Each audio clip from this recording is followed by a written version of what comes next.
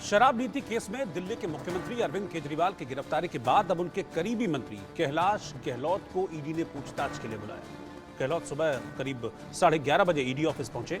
ED ने उनसे करीब 5 घंटे तक पूछताछ की। गहलोत नजफगढ़ से आम आदमी पार्टी के विधायक हैं। वो केजरीवाल सरकार में परिवहन, गृह और कानून मंत्री थे। ईडी ने सुबह ही गहलोत को समन जारी किया था और उन्हें तत्काल पूछताछ के लिए ईडी दफ्तर बुलाया गया था। ईडी का आरोप है कि कैलाश गहलोत मंत्रियों के उस समूह का हिस्सा थे जिसने 2021-22 के लिए शराब नीति तैयार की थी। इसमें तब डिप्टी सीएम मनीष सिसोदिया और पूर्व शहरी विकास मंत्री सत्येंद्र जैन भी शामिल थे। एजेंसी ने अपनी चार्जशीट में गहलोत का नाम लिखा था।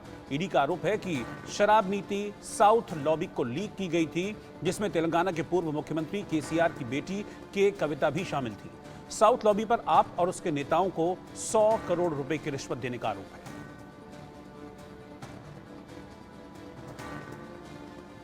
ईडी दफ्तर से बाहर निकलने के बाद कैलाश गहलोत ने बताया कि उनसे विजय नायर को लेकर भी पूछताछ की गई। आरोप है कि विजय नायर गहलोत को दिए गए सरकारी बंगले में रहता था।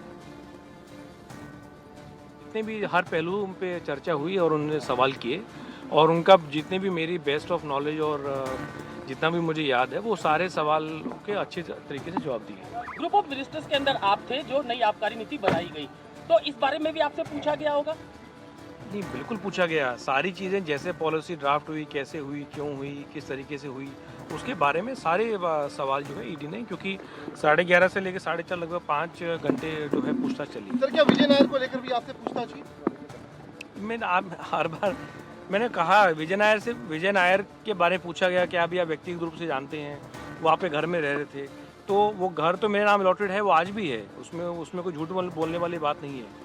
लेकिन मैं कभी उस घर में रहा नहीं, ना मैंने कभी शिफ्ट किया। सर, आपको लगता है कि जो नई आबकारी नीति थी, क्योंकि आप उसके पार्ट रहे हैं उसको बनाने के अंदर, उसके अंदर एक बड़ा घोटाला हुआ जिस तरीके से ईडी आरोप लगा रही है और जो सबूत ईडी के पास है जिसमें मुख्यमंत्री अरविंद केजरीवाल तक की गिरफ्तारी हो चुकी है? देखिए, पार्टी का ये पूरा स्टैंड रहा है अभी तक और हमारा भी स्टैंड रहा है।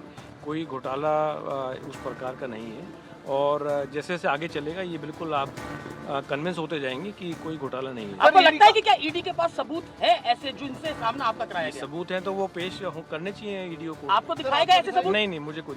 सर, ये 45 करोड़ रुपए की बात सामने आ रही है गोवा चुनाव में साल 2022 में, वहाँ पर इसके बारे में मुझे कोई आइडिया नहीं है क्योंकि गोवा इलेक्शन में मैं कभी इन्वॉल्व नहीं। आपको बता दें, अरविंद केजरीवाल की गिरफ्तारी के बाद अब कैलाश गहलोत जो कि मंत्री हैं आम आदमी पार्टी के, उनको ईडी ने समन भेजा है और अब इस वक्त हम जो है ईडी के ऑफिस के बाहर मौजूद हैं। और आपको बता दें कि इस वक्त कैलाश गहलोत जो कि मंत्री हैं, ट्रांसपोर्ट मिनिस्टर हैं दिल्ली सरकार में, वो इस वक्त अंदर मौजूद हैं। एक बार फिर आम आदमी पार्टी को बड़ा झटका जो है वो लगा है, क्योंकि जो एक्साइज पॉलिसी है, लिकर दिल्ली एक्साइज पॉलिसी, उसका ड्राफ्ट तैयार करने को लेकर इल्जाम जो है, जो रिपोर्ट सामने आ रही है वो कैलाश गहलोत को लगा है। और इस पूरे मामले को लेकर अब ईडी ने समन जो है कैलाश गहलोत को भेजा है, जिसके बाद वो पूछताछ के लिए ईडी दफ्तर जो है वो पहुंचे हुए। आपको बता दें, लगातार हम देख रहे हैं किस तरीके से अरविंद केजरीवाल की गिरफ्तारी के बाद से ही लगातार जो आम आदमी पार्टी के वर्कर्स हैं, लीडर्स हैं, उनकी तरफ से भी प्रदर्शन जो है लगातार देखने को मिल रहा है। आपको बता दें, जैसे जैसे इलेक्शंस पास आ रहे हैं, लगातार